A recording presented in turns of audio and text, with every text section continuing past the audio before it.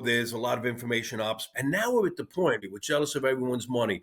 Social justice issues, 57 different genders. We don't know what a woman is, right? Haven't you noticed that there's been a degradation of the quality of people we're getting in government? Absolutely. The dangers of excessive and unwarranted concealment far outweigh the dangers which are cited to justify it. We're having what's known as a crack-up boom.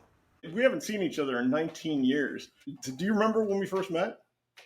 I do. Actually, it was at Abu Ghraib.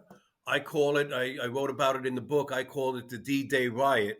It was on June 6th, 2005. We had a bad sandstorm that came in, and the detainees took full advantage of it, and we had a major riot. We literally couldn't see our hands in front of our face. It was one of those desert storms that came in. And it was incredible. But the soldiers performed well, kept them all intact. We didn't lose anybody that night, and no escapes. So it was a good evening.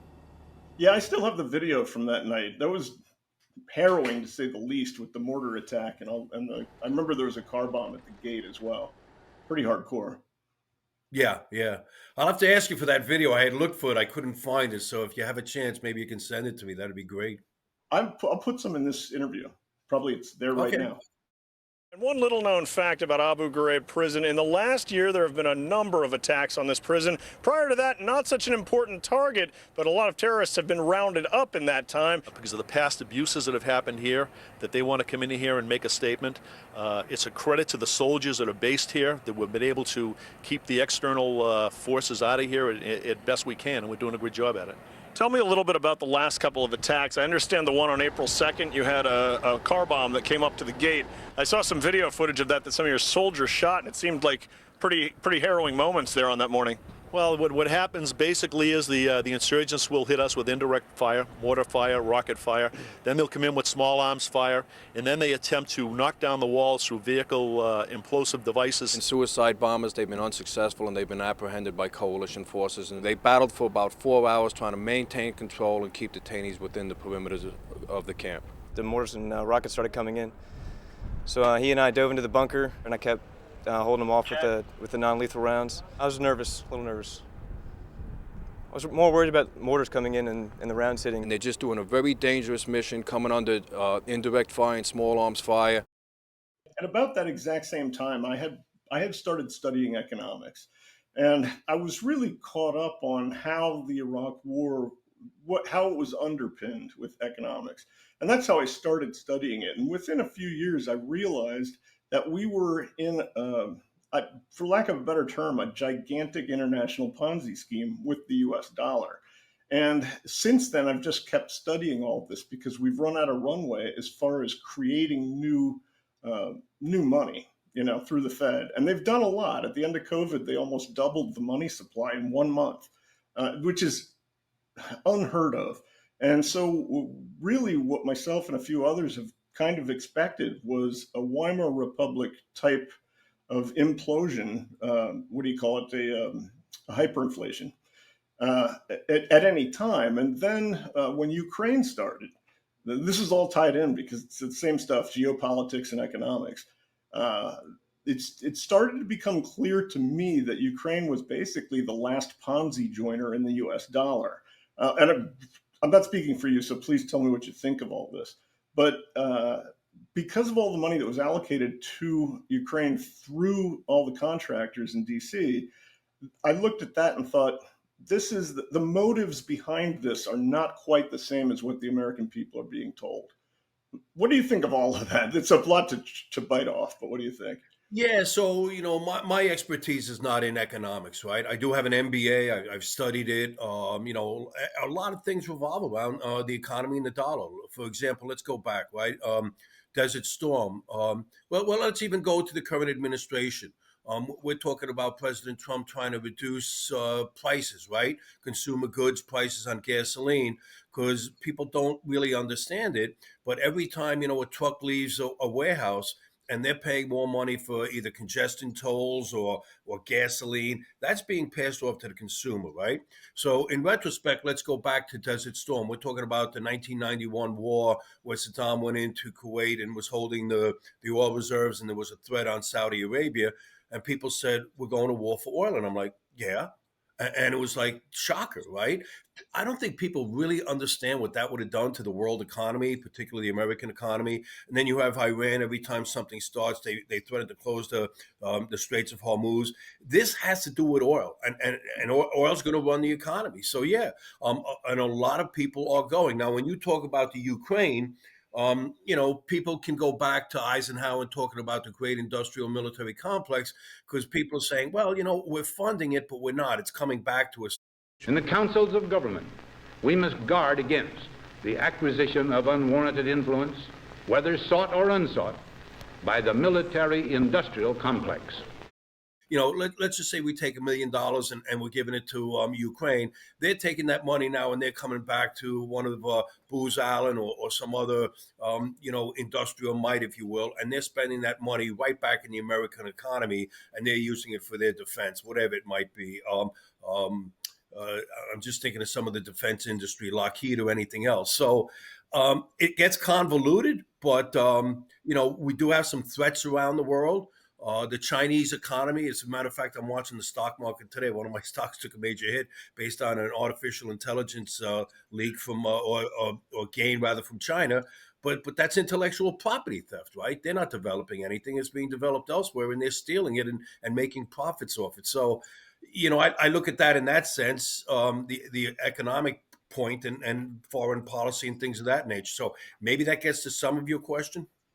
Yeah, it gets to some of it. I mean, this is a really broad subject because it was basically the rabbit hole that I fell into. This was 15 years ago. It started with economics, then it led into geopolitics, and at this point, I'm basically convinced that we have already entered this crash. It's international, and I think there are forces out there that are trying to mold it so that we can get through this, hopefully with the least amount of distress, or I don't even know the right word for it. But and the reason I say this is, I wanted to talk to you initially about PSYOPs.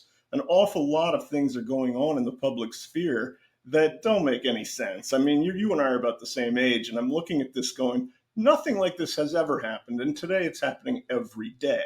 And I'm like, you might remember Krugman was talking about a fake alien invasion. All of a sudden we see all of these drones coming around. And then but it's advanced, in my opinion, this is advanced PSYOPs. You know what my dad did at the embassy in Moscow. I'm like, I've been around this, or at least I've been discussing this stuff since I was a kid. To me, it was very obvious that this was going on, but other people thought I was, listening to QAnon. And I'm like, that's part of this whole thing. QAnon was, in my opinion, a red herring, deliberately put in there so that when anyone talked like me, they'd get dismissed for being a kook who listened to QAnon. Does any of this stand out to you?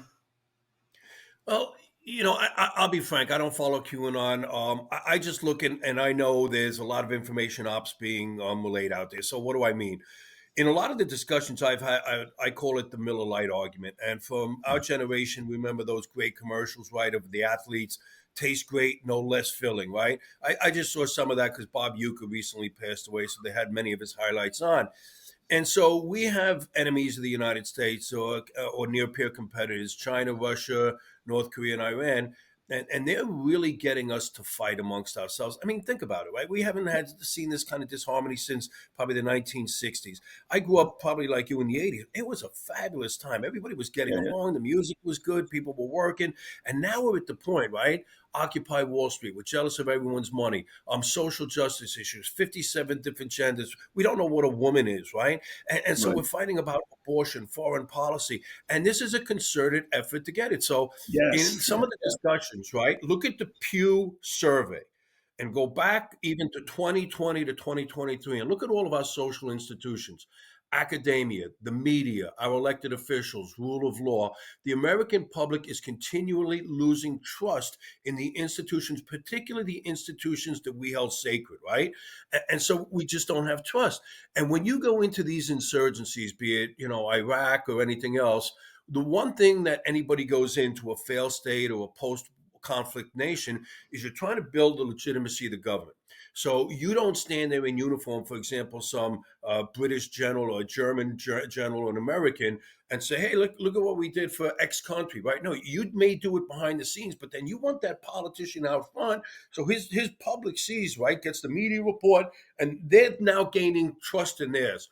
The other thing that goes on in these insurgencies is one of the first things that are attacked is rule of law. Because if you can go after the police, right, and people don't want to become police, they're afraid, like in Iraq and Afghanistan, that the families will be killed, and there's no trust in the justice system. That's the first thing. And America's based on rule of law. So what did we have during the social justice riots? Defund the police, right?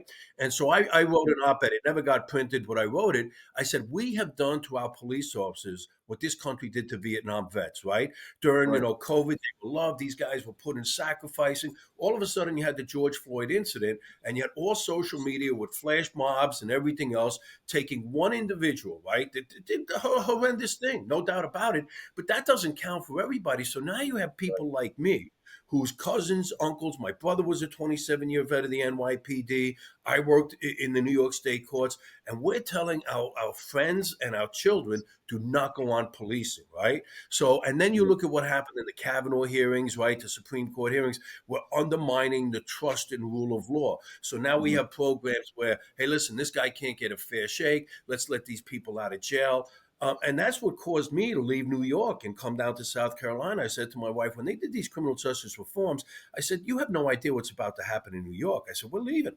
This is some scary stuff because nobody's thought of second and third order effects. So this psyops that's being played and deliberately being played by our enemies, and we're falling into it without thinking, and our elected officials have just made gut reactions instead of thinking this one out. And that's why people are just leaving, right? They're not going to stay. New York's, I mean, think about it, right? People may look at Rudolph Giuliani and question him today, but the guy did an absolutely fabulous job post 9/11, but he did an even greater job with Bill Bratton cleaning up New York City. And what that did was, think about it, right? You had people from Germany, the UK, Iowa, Ohio coming in with their families. So what does that do? It increases tourism. People want to go to Yankee games, Broadway plays, staying at the hotel, Uber drivers, the restaurants. It increases the economy. Now you have a 180 where people are afraid to go into the city. So a lot of those middle class people who were working the bars, the restaurants, driving cabs are now finding they can't support their family. And so it's a driving portion of it, and it's being done deliberately. And all I say to the American public is, all I want you to do is be an educated consumer. I don't care what comes on TV. It's the left or the right. I always ask myself, what's the opposite opinion? And then I draw my own conclusions based on my values and education. But nobody's going to tell me how to behave or to think, right? You have to think for yourself. Right. That makes sense? Yeah, totally. I mean, that's kind of where I get to a lot of my conclusions. I want to stick with this for a minute because I don't think this is entirely forces overseas, but we'll go there in a second. The problem I have is whenever I point this stuff out, people will say, well, show me the evidence. And if I'm right about what I'm saying, the people I'm talking about would never leave any evidence. It's all about plausible deniability. So really where I'm going with this, I read a book a couple of years ago called The President's Secret Wars, and it delved into Majestic under Eisenhower and the different things that happened in Central America, all around the world, different places that we were involved in. But that doesn't really play into what I'm saying here. The only thing from that I took away was always have plausible deniability. So every time I look at something now, that's what's on my mind. I'm looking at what happened, where it went, and what was said to be the reason for why it happened. And a good example of this is this. So when the NDAA first appeared, one of the provisions gave the military the right to arrest American citizens inside the United States. And I immediately thought, that doesn't make any sense. What are you guys planning for? Because it didn't get in there by accident. And then this past year, again, all of these things play into one another, including COVID, but I'm not going to go there just yet.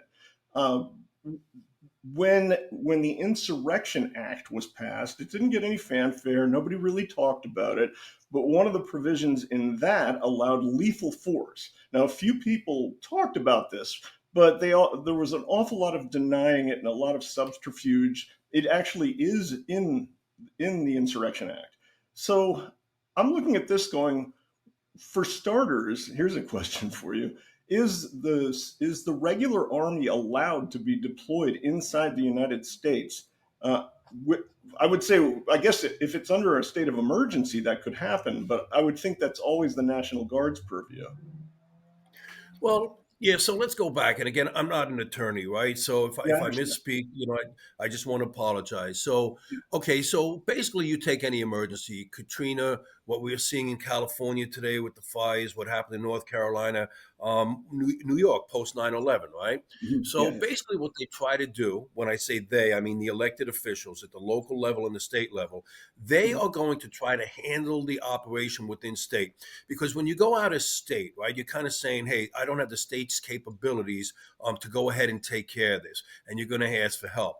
But Mhm. when you ask, right, you have to ask the federal government in. And a lot of people don't understand that. So Mhm. during Katrina, I remember reading that President Bush, the second Bush, was accused of being a racist because he didn't react to Katrina, instantly. He technically can't, right? Legally, he should wait for the governor of Louisiana to say, "Hey, we need federal help," and then they'll come in. Now, I heard an example, and this came from National Guard officers when I was at the War College. I don't have any other proof than what the individual told me, but there was a three-star general in charge of Katrina named General Honoré. Very good, did an excellent job down there. I believe the man at the time was a gentleman named Nagel, and he had high praise for what General Honoré and the troops did. But I also heard that General Honoré was ready to go into Mississippi, and the governor directed, hey, if you come into Mississippi here without my approval, I'll have you arrested. So there's state lines. Now, you go back, the last time the Insurrection Act was implemented, to the best of my knowledge, was during the 1992 riots after the Reginald Denny verdict of not guilty with the 4 police officers, and LA was going through a major crisis. And then President Bush, the first President Bush, authorized the active duty. I believe there were Marines, and I don't Mhm. want to misspeak because Yeah. independently off the top of my head, I don't recall. And I know, that President Trump was thinking about that during the social justice riots, but it was never implemented. The Mhm. one thing there's two things the public has to understand. First of all, the National Guard, it's different under what's called Title 32. We're Title 10 active duty. And we, based on what's known as posse comitatus, don't have the right under law enforcement to help law enforcement officers here. Right. And you have to be very careful of that. That's why a lot of times you'll have Coast Guard with the Navy in drug apprehensions because the Coast Guard is different. They come right now. They used to be under the Department of Transportation. Now they're under the Department of Homeland Security, and they can act as an arresting agent. And that's why sometimes when the Navy goes on a ship, they'll be part of that. So there's a lot of legalities. The other thing I was did a talk down here in South Carolina once, and this was when people were talking recently about troops being used in the street and going in and shooting at Americans, right?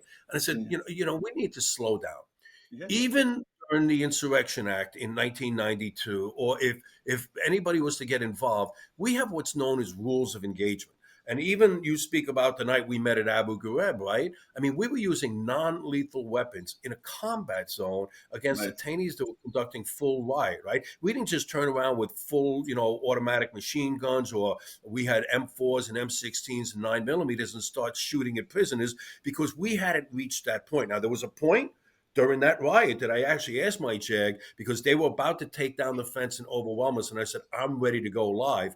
But if I had made that decision, I was shooting from the waist down to try to take their legs off and back them down. And when I say their legs off, I don't mean literally their legs off, but hit their Yeah. legs, causing the minimal amount of casualty, minimal amount of force. So let's just say, I ran the MPs in the United States, and I was the commander for 14,000 U.S. Army Reserve MPs. And during the social justice riots, we were preparing. Nobody told us to. I want to be very clear in that, but I Yeah. had to anticipate that, God forbid, because it was COVID time too, that if the whole Pittsburgh Police Department, was out with COVID, or the Oklahoma State Corrections couldn't man the prisons, they may call us. And so one of the first things I would have to do is explain rules of engagement.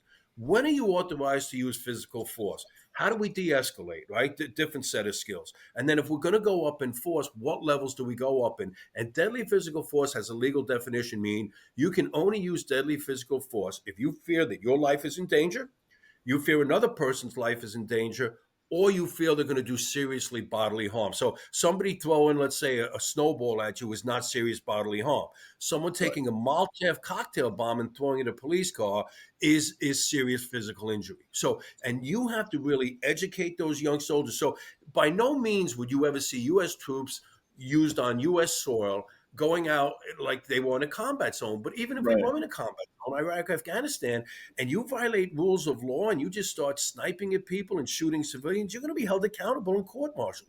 Those are war crimes. And so the public has to understand that. But right away, I heard everyone getting spinned up like, hey, the 82nd is going to come in and start shooting people in the street. It's like, stop. That's not the way it Right. works.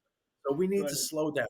Disinformation, totally disinformation. So, and I hope for my legal people that might see this, I hope I was pretty accurate. I believe I was. So, all right. Well, I like to think of this as relaxed journalism because I feel like everything I had done in my career prior to this was so manicured and everything was so walking on eggshells.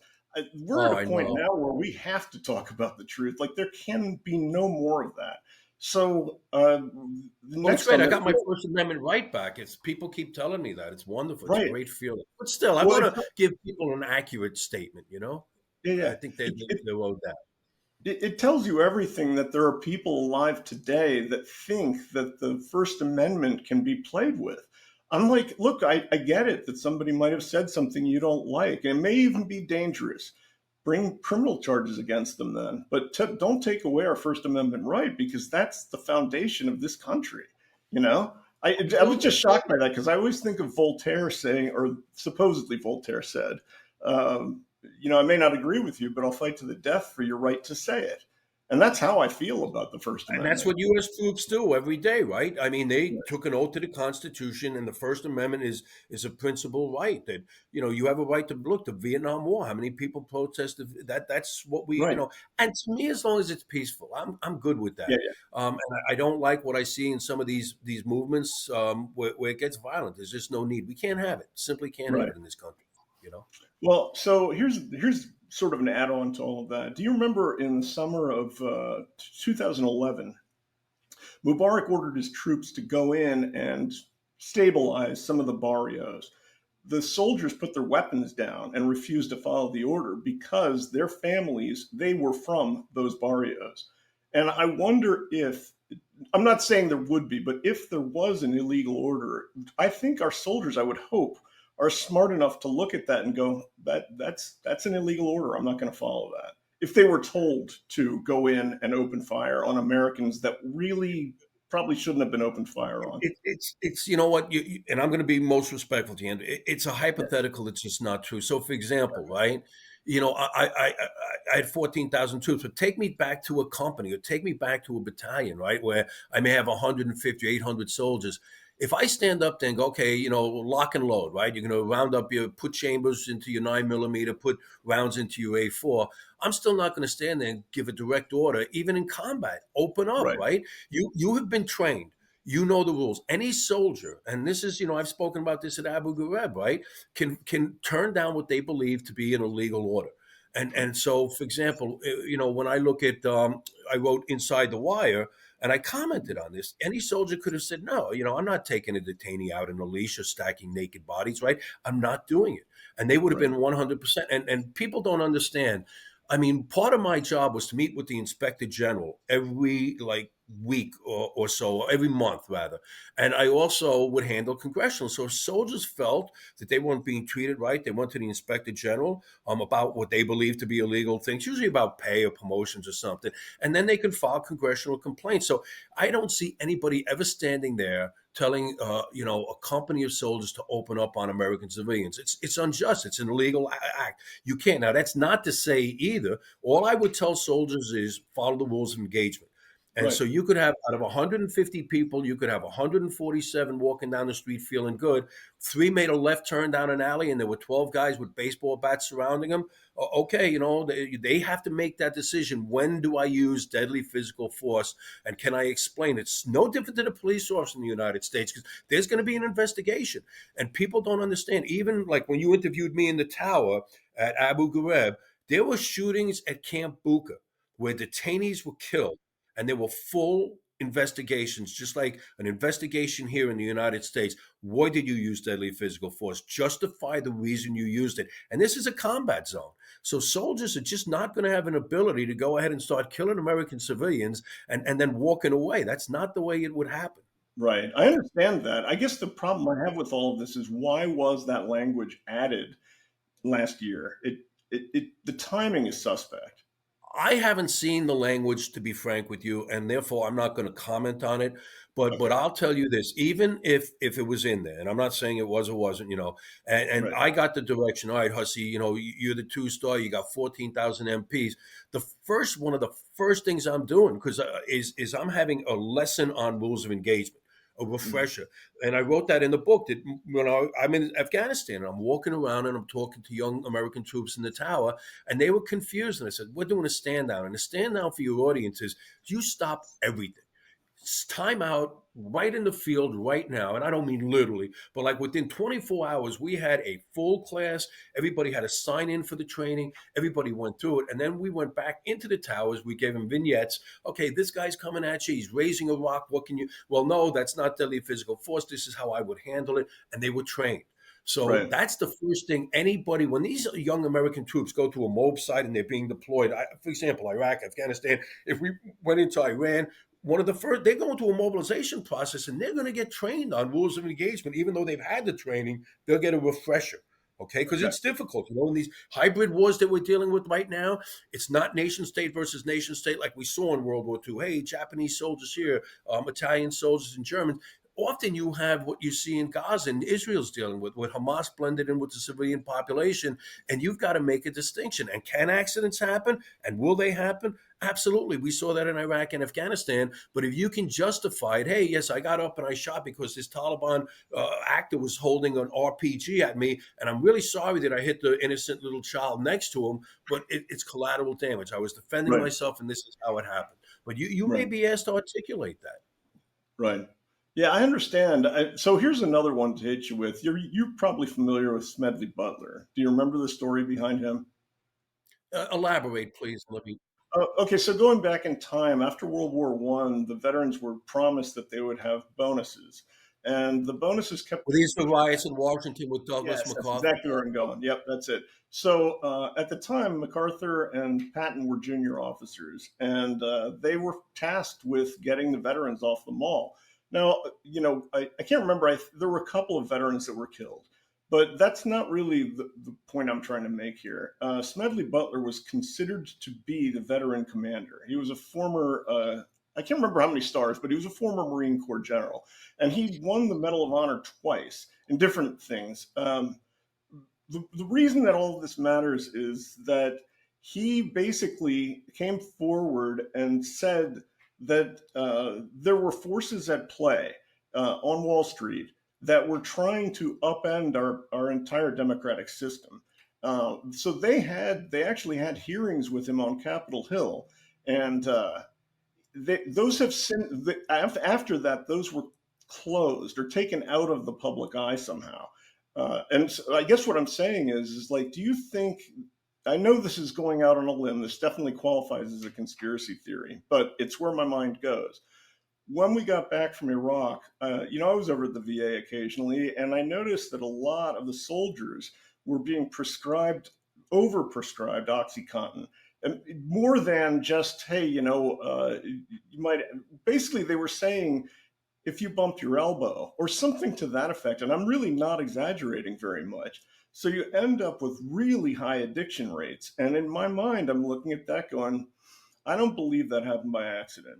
And so then I come back to the lesson learned from Smedley Butler by anybody who's trying to influence our society.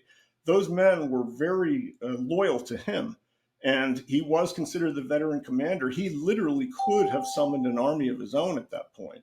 I don't think they ever want to have that happen again. Do you see where I'm going with all this? Yeah, I do. And you know what? I'm not a historian in the sense I'm very familiar with the riots and General MacArthur being there. I can't get into much more than that. It's funny with the military, but we often laugh because you can go in with a cold. You can go in, I stubbed my toe, not OxyContin, but they just handed out Molten. They were like, Skittles. I mean, but I'm not familiar in all my years of service and many deployments of hearing OxyContin handed out. So I don't Right. have any basis for that. I do know, right, from my experience working in the courts for 34 and a half years, that we have an epidemic now. And a Yeah. lot of that epidemic has started because of OxyContin.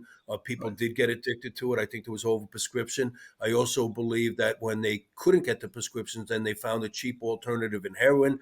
And Yeah. so a lot of, we've suffered here. We see the fentanyl crisis here. And I believe that's part of China's doing too. Yeah. And I can Probably. elaborate on that. But I have not seen that in the military. Now, what's an interesting point you speak about with the VA, and one that concerned me from an economic point of view, there was recently an article, and if I'm not mistaken, it was in the Atlantic, where the Atlantic was calling on the government to basically stop the disability payments of veterans that have been injured, right? That they're handing out Right. too much disability. And I think the public should know there's only 1% of America that serves today, right? Think about that. World Yeah. War II was about 12. I think Korea was about 8, or Vietnam was 8. It's really the same people going back and forth in the Yeah. same family. So I want you to think, for the last 20 years, right, that we were in war in Afghanistan and whatever we were in Iraq in 10 and 12, you had people. I mean, I'm a reserve guy and I did 3 tours. You had Right. active duty guys with 5 tours, right? Their families. Right. What do you think's going to happen to them in combat, right? I mean, look at football players that have played at the college and pro level. They come out at 30, they're disabled, right? So Right. you're taking veterans that you've put into the combat zone how many times, and you're wondering why they have disability problems. Well, you know what? Here's a way we can solve it that'll help maybe the Atlantic authors and editorial board. Why don't we have a draft and we'll take your children? And they Right. can go to combat. And instead of everybody having to do 4 and 5 tours, we'll have your kids go, and we'll see if we can cut down the expenditure on disability payments. That might be an alternative. Okay, that they Well can said. think of. I agree with you 100%. I mean, I think about when I first went to Iraq, I thought it was going to be over very quickly. Like I thought it might end before I got there. And then, 5 years later, we're still covering the same things. And I'm looking at this going, let me ask you this. This is really where I another want to angle. touch back on that, but that's good. I want to come back to that. Well, Go ahead. when we first went into Iraq, I was working at CBS in DC at the time, and I was trying to do a bunch of things to get myself over there. So this was the summer of 2002. They were all forward leaning. I've always respected Colin Powell, and he was one of the few stalwarts that was saying, "Hey, let's think about this for a minute," and they just steamrolled him. And I'm looking at this going, okay. To me, it didn't make sense. I didn't at the time. It didn't make sense because you know what Saddam is, and you remove that guy, and then you've got all hell breaking loose. And to me, it was like tiptoe into this thing. Don't just go charging. From your standpoint, what did you think at the time when all of that was happening? Wow. So, and I'm teaching now at the Citadel. I've had this discussion, and let me go back. Let me digress a minute. First of all, Colin Powell's just a fabulous leader. This country was so blessed to have him, Right. at the head of the military and serving as Secretary of State. I can't say enough things. In my book, I quote him. I've often recommended his books. I have a bookshelf behind me with plenty of his books there. But that rule that you spoke about, where he was trying to slow the move to Iraq, was known as the Pottery Barn rule. And basically what he said was, if you break it, you own it. So he was trying to tell President Bush, listen, you can't just go in there and march and then get out. You're going to have to take over transportation, educated, first aid, right? Medical, rule of law. You're going to go in and you're going to be responsible for trash pickup in Baghdad and Kurdistan. This is going to be your baby. And so that's why you said, when you go in, why did we spend 5 more years? And so we can talk about that, because people don't realize our mission in Afghanistan was to go in, get rid of the Taliban, Al Qaeda, and kill Osama bin Laden. And we wind up staying, right, and trying to build a democracy. And the same thing happened in Iraq. So if we were just going to do our mission and go in and do the military wing, which is what's called phase 3 back then when you did planning, then phase 4 would be aid to civil authority, rebuilding the country, then phase 5, turn it over and say goodbye.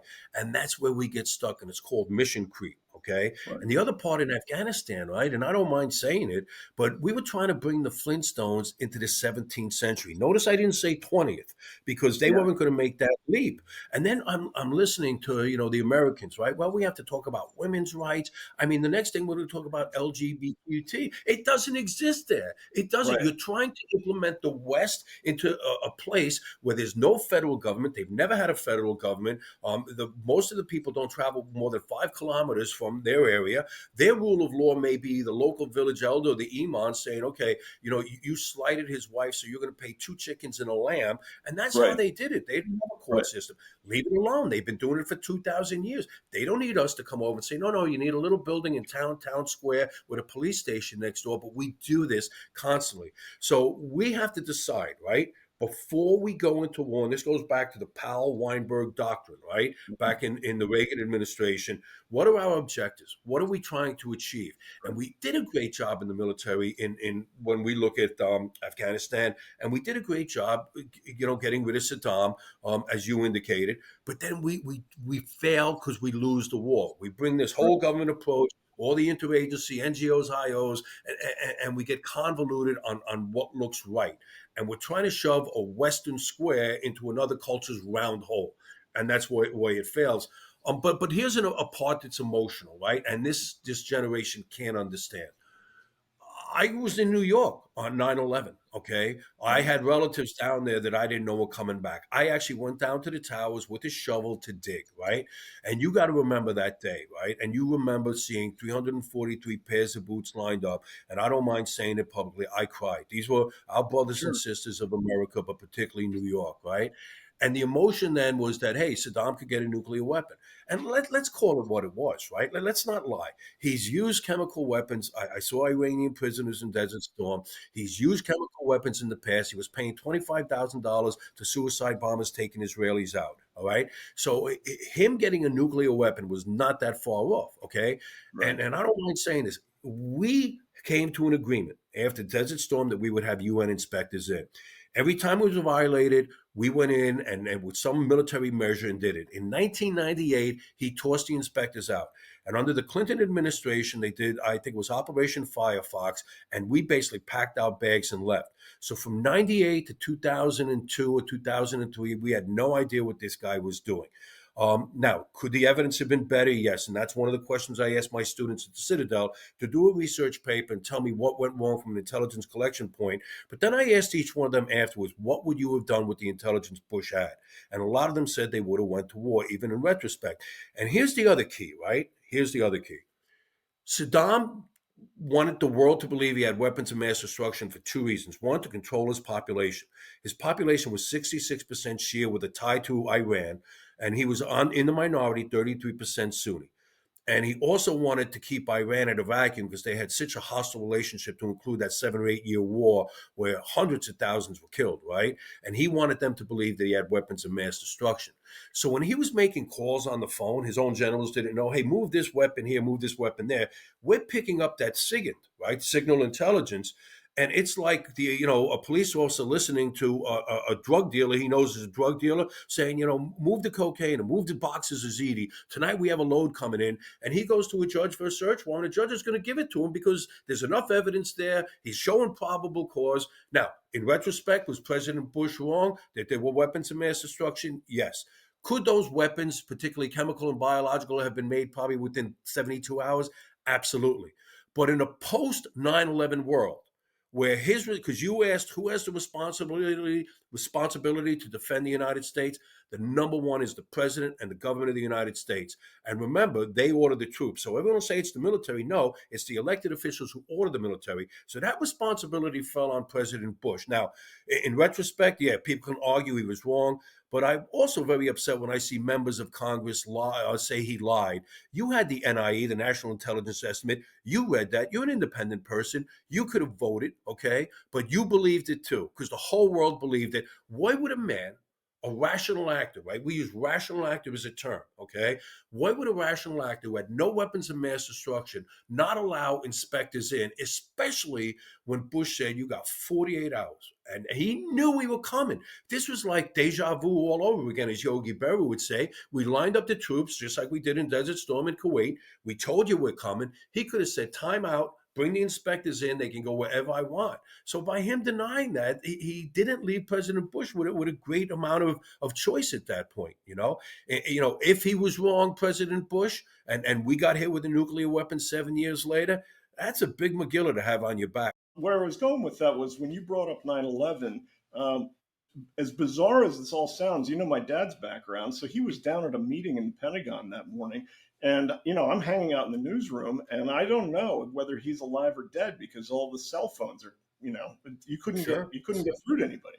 And I thought the chances of him being in the wrong spot at the wrong time were slim to none, but I couldn't get it out of my head until I talked to him. So I understand exactly what you're saying. And I ended up covering that. I was in New York 2 days later. All of that sticks in my memory, but there's lots of little things that are tangential to what we're talking about. Do you remember Scott Ritter, the inspector, the weapons inspector for the UN? Yeah, I remember. Yes.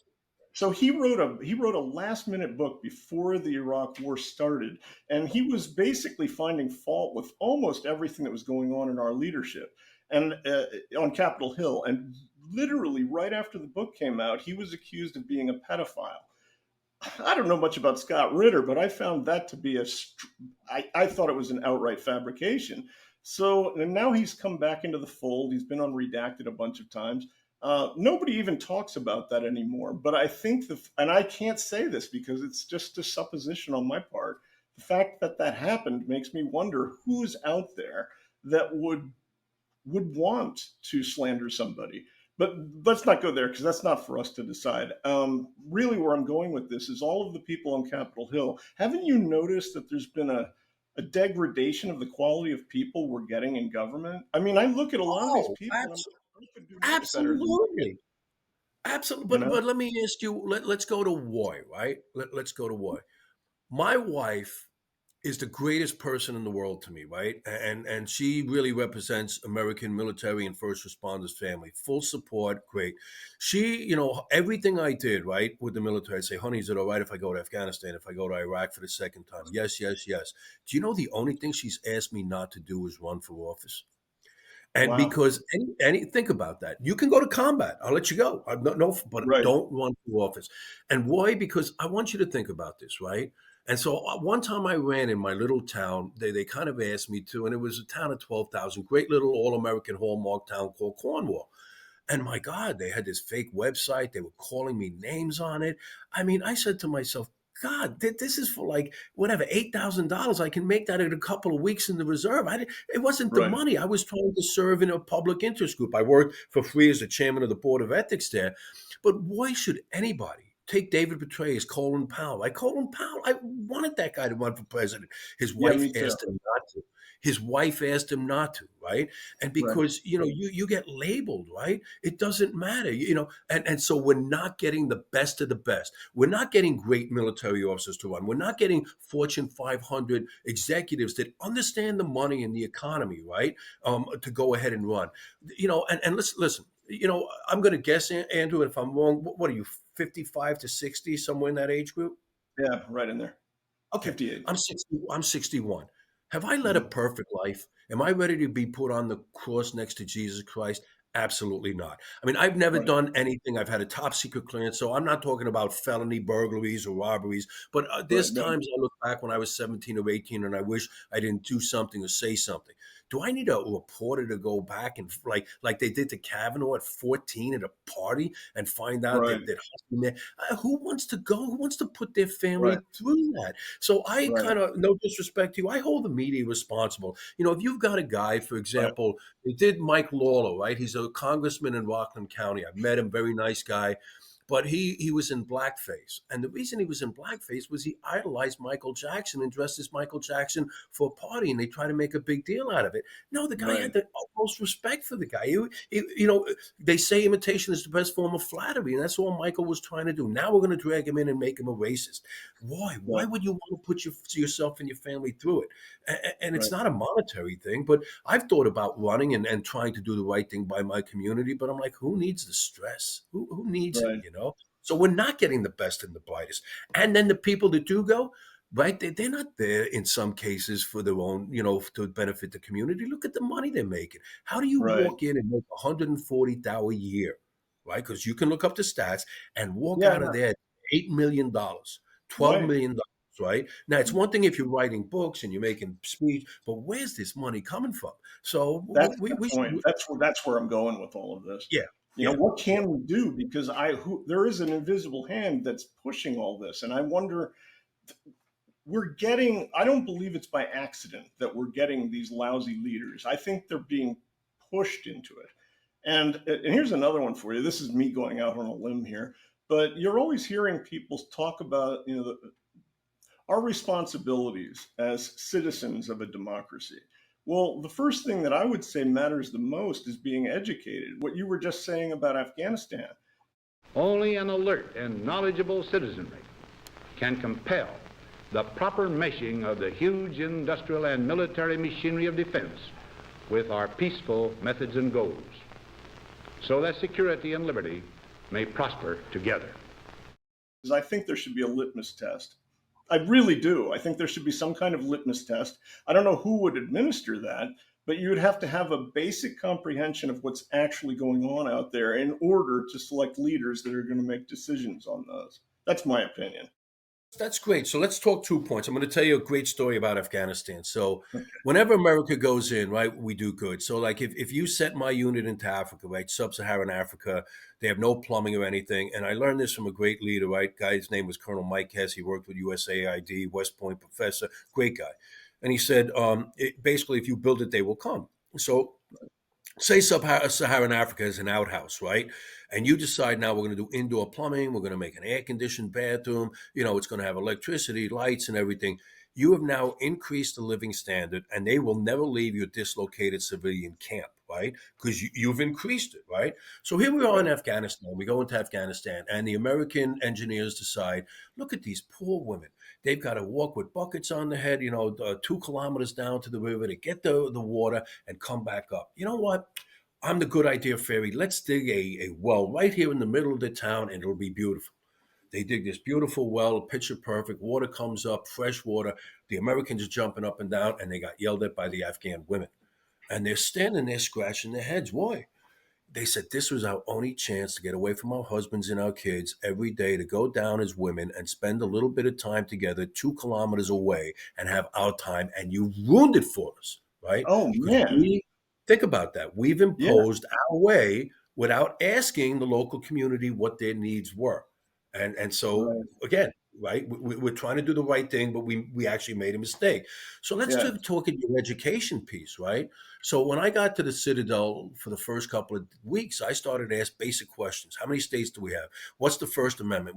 How long is a senator's term, right? How many senators do we have? How many congressmen from each state? Blah, blah, blah. And the kids knew it, so I stopped. But go on to any of these social media roles, and you have people that don't even know we have 50 states, can't name 7 continents, right? When did, what side did the United States fight on in World War II? And this is college educated people. Meanwhile, Right. right, look at some of the responses. For example, I was speaking at Memorial Day, and I was shocked because I was watching the news that morning. It was the first time in American history the majority of Americans felt that we should have never dropped a bomb on Japan. Meanwhile, right, it wasn't your father, grandfather, brother, and uncle that was going to get deployed and probably a million casualties. And if they Yeah. did any history, right, they would know it probably did Japan a favor too, because Japan's refusal to surrender would have resulted in millions and millions of starving, not being executed by bombs or war, just starving. Okay, so and we look at that now, and we have no idea what side we fought on, yet we can make this public opinion that we should have sacrificed 1 million people, right? It just Mhm. it boggles my mind. No more Vietnams, and you say to them, "Can you explain to me anything about Vietnam?" No, but I just know we don't want any. And you would see this during the Hamas demonstrations, right, from the river to the sea, and you'd ask, "What river? What sea?" I don't know. I mean, come Right. on. Get Yeah. educated. If I don't know something, like I remember, years ago, I read the book Malcolm X. Great book, by the way. Great movie, Denzel Washington. And during the whole social justice movement, I went around and I told soldiers I read it, and they're looking at me like, "Why does the old white man know this?" Because you're looking at this, you're hearing about these movements, decade, and read the book, get an education, Yeah. understand from a different perspective. So one of the first things I teach the cadets, teach all my soldiers: you're going into another nation and you're going to do anything, you better understand their culture. So when I went into Right. Iraq, I could talk with detainees about the 5 pillars of Islam. One said to me, I am, well, he said the first pillar basically, but it was in essence, there was no God, there was only one God, and Allah is his prophet. And I said to him, I'm not going to say that today because you're trying to get me to convert. And he looked at me and goes, how do you know that? Because that's all you have to do to convert to Islam is make that statement in full sincerity, and you're a Muslim. And so, but the point was they respected the fact that I was educated Yeah. and I understood. And last point I'll make on this. So people can't understand why there was a fatwa after some authors, or they have to, a lot of Muslims feel they have to kill somebody if there's blasphemy. And I said to, Andrew, I think you've got some Irish in you, right? Yeah. But I said to a bunch of FBI and chiefs of police one time, I was part of this anti-terrorist analytical group, and I said, just imagine you walk into an Irish bar with your mother and wife, and a few guys call them like a very derogatory word, right? Highly profane, right? I said, even though you may get your backside handed to you, you have to defend their honor. And that's just it, right? It's understood. I said, that's the way they feel about the Quran and Allah. You don't have to like it, you don't have to understand, but if you attack it, they feel that they have to defend that to the death. And that's just Right. something we have to accept in their culture. But if you don't know that, right, that's where you make mistakes. So it's always good to understand the culture. You don't have to agree with it, but you need to be educated on it. Anyway. Well, I'm with you on all of that. And here's the problem I've got lately. The thing that made you think that there may be a shadow government out there that's running things, or maybe not running it, but getting in place for some sort of meltdown, something along those lines. No, no, not at all. And I'll say that honestly. And if I felt that, I'd say, listen, there's a lot of people that influence our government, right? From lobbyists to political donors. We have athletes to Hollywood elite, right? And I like that the other day because I think it might have been at the Globes. It might have been Nikki Glaser. She's a comedian and basically stood up and said, "Oh, you can do everything in Hollywood except tell the country how to vote." And that was a great thing, right? Because I think they got a little too full of themselves. Yeah, right. You're just an individual, and the one thing I think, my personal opinion, is one of the difficulties we're having in the United States military today, especially with recruiting, is you were never going to get those Northeast liberals from Harvard and Yale to join the military. And I know some have, so I'm not trying to insult you all, okay? But Yeah. what you did was you really got the people in the 7 states that contribute to the military, especially down south, annoyed. And they told their kids not to join, right? Right. Because Yeah. we got involved with politics, a lot of general officers. And I understand why you feel you may have to, but it didn't matter. You were going to piss off 49% on the other side. That's how divided we are. So regardless of the side you take, I like, what General Dempsey said. I've seen General Petraeus say it, General McMaster, we should remain apolitical. Now, I vote, and it's a little different as a reservist. I could get a bit involved in politics. The only thing, even at the Citadel, when election time came, I said, the only thing I'm asking you to do is vote. I don't want to know what you voted for, who you voted for, but that's the only thing the military should do. So when we start this endorsement thing, I think it's bad, and I think we should really avoid it. Agreed. Agreed. So let me ask you. I'm going to wrap this up. Did you ever see Colin Powell's 10 Rules for Living? I'm sure I have. I mean, his books, I've read everything. It's just a little list of things to live by. I had that on my desk for years. And secondarily, I want people to know about your book. So tell me about your book, and I'll put the link up. Yeah, so it's a book, right? Inside the Wire. And what I did was, I spoke about my time in. People said, "Hey, why'd you write it?" I wrote it for two reasons. Everybody's got a story, right? FBI agent, firefighter, everything. But I had a unique story. I go back to the case in New York, Son of Sam, who was the what's known as the 44 caliber killer back in the 70s. But Right. I ran detention operations at the Abu Ghraib prison, right? It was Right. an international incident. I've been at Guantanamo Bay. I mentored 4 Afghan generals in detention ops, and I did it during Desert Storm. I had 14,000 soldiers trained, so I had a unique experience, and I wanted to write about it. Yeah. And also, I want the American public to understand how difficult it is. I remember going to the chief of staff in the 25th Division in Hawaii, and he said, "Oh, here's my MPs, and they're going to help me run prisons." And I said, "You got no idea. I'm going to take your engineers, your lawyers, your medical people, your PSYOPs, your civil affairs." I said, "I need your aviation." And he looked at me. I said, "This is intense. And if you think we made mistakes in Abu Ghraib and Afghanistan, go back and read about Korea, where we were taking American general was taken hostage for 80 hours. They ran the camp. They had North Korean infiltrators actually give up to go in there and cause disturbances in the camp. So I wrote, with some great minds. If you were, 10 years from now, you're a captain or a major, and you get put into this mission like I did. Read the book, and I give you 50 little tidbits to help you get by. But I spoke Right. about meeting you, and so I got to be honest with you. And, I had a very, very negative feeling, as most police and first responders and military do, about the media. But the first instance I met was a gentleman was Peter Jennings. And let me tell you, he was tough but fair. And that was the Fox mantra. And so were you.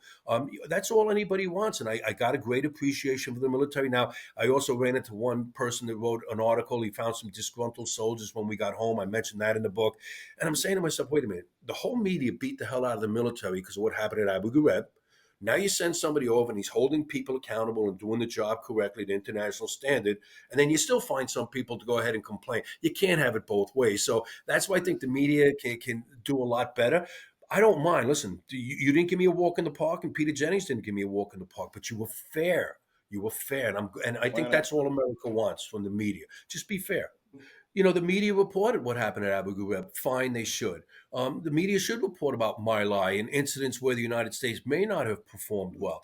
I have no issue with that. We should. The American public has a right to know what their troops are doing overseas. And if they're doing good, that should be reported. And if they're not doing good, it should be reported, and those individuals should be held accountable, right? Because we're going under the auspices of the American flag, the American elected officials, and the American public that sent us there. So we should conduct ourselves appropriately. So we go into that in the book. The greatest, what I've gotten a lot of feedback though, Andrew, on this book is the leadership aspect, leadership versus likership, having to make tough decisions, having to read about yourself on Porter John walls. They, for example, Saddam had two sons, right? Uday and Qusay. Yeah. So they Yeah. wrote on the Porter John wall, Uday, Qusay, and Hussey. I was the third son of Saddam. But Oh you know boy. what? Yeah, and I'm okay because the best compliment I got was from a Hispanic detective from New York City. And he said, "Sir, I got to say one thing. You were tough, but you were fair." In other words, I treated women, men the same. I treated you in the Guard, Reserve, active duty the same. If you were black, white, gay, not gay, one standard, the Army standard, and that's the way I treated you. Everybody got treated the same way. If I could help you, I helped. And that's leadership. Sometimes I have to give someone a hug. Sometimes I have to lower my eyebrow and say I'm disappointed. And others, get a boot in the backside. Not literally, but you figuratively. They need a Right. wake up call. That's called leadership. So Yeah, no, I appreciate it. I was going to ask you about the burden of command, but we're right up against the time here. So I I got it. guess I'll say thank you, and will you come back again? I'd love to come back. I'll just do one thing on burden of command. It is lonely at the top. Don't be afraid to seek guidance, use the guidance, but you make the final decision and just make good ethical decisions. Well, I had a bunch of little things on my desk. I'll just say this in addition to Colin Powell. And Nimitz once said, when you're in command, command. He was actually Yes. advising Spruans prior to Midway. And he said, you could have picked somebody else. And he goes, I picked you. I want you to make decisions the way you would make them. And I'm like, that is some of the best advice I've ever heard from anybody. Read the book. There'll be portions in there that I've made some real tough choices in it. It's not easy, but you know what? That's what command is. You are the one. Make the damn decision and move on. Exactly. Okay, well, with that, I'll see you on the next go round. Thanks All a right. lot, Thank John. you for having me. I hope you enjoy the audience enjoys it. Have a nice day. Okay, sounds good. Okay, talk to you soon. The very word secrecy is repugnant in a free and open society, and we are, as a people, inherently and historically opposed to secret societies, to secret oaths, and to secret proceedings. We decided long ago that the dangers of excessive and unwarranted concealment of pertinent facts far outweighed the dangers which are cited to justify it. Even today, there is little value in opposing the threat of a closed society by imitating its arbitrary restrictions. Even today, there is little value in ensuring the survival of our nation if our traditions do not survive with it. And there is very grave danger that an announced need for increased security will be seized upon by those anxious to expand its meaning to the very limits of official censorship and concealment.